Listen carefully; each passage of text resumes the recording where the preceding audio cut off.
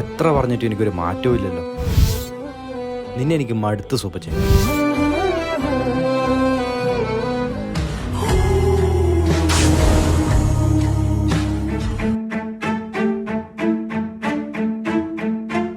ഇനി ഏട്ടൻ്റെ ജീവിതത്തിൽ ഞാനൊരു ശല്യമാവൂല.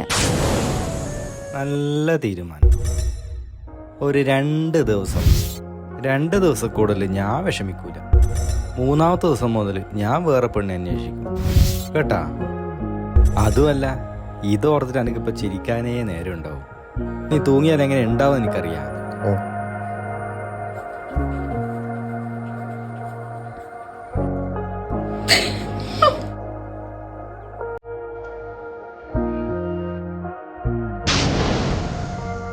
എനിക്ക് തൂങ്ങണ.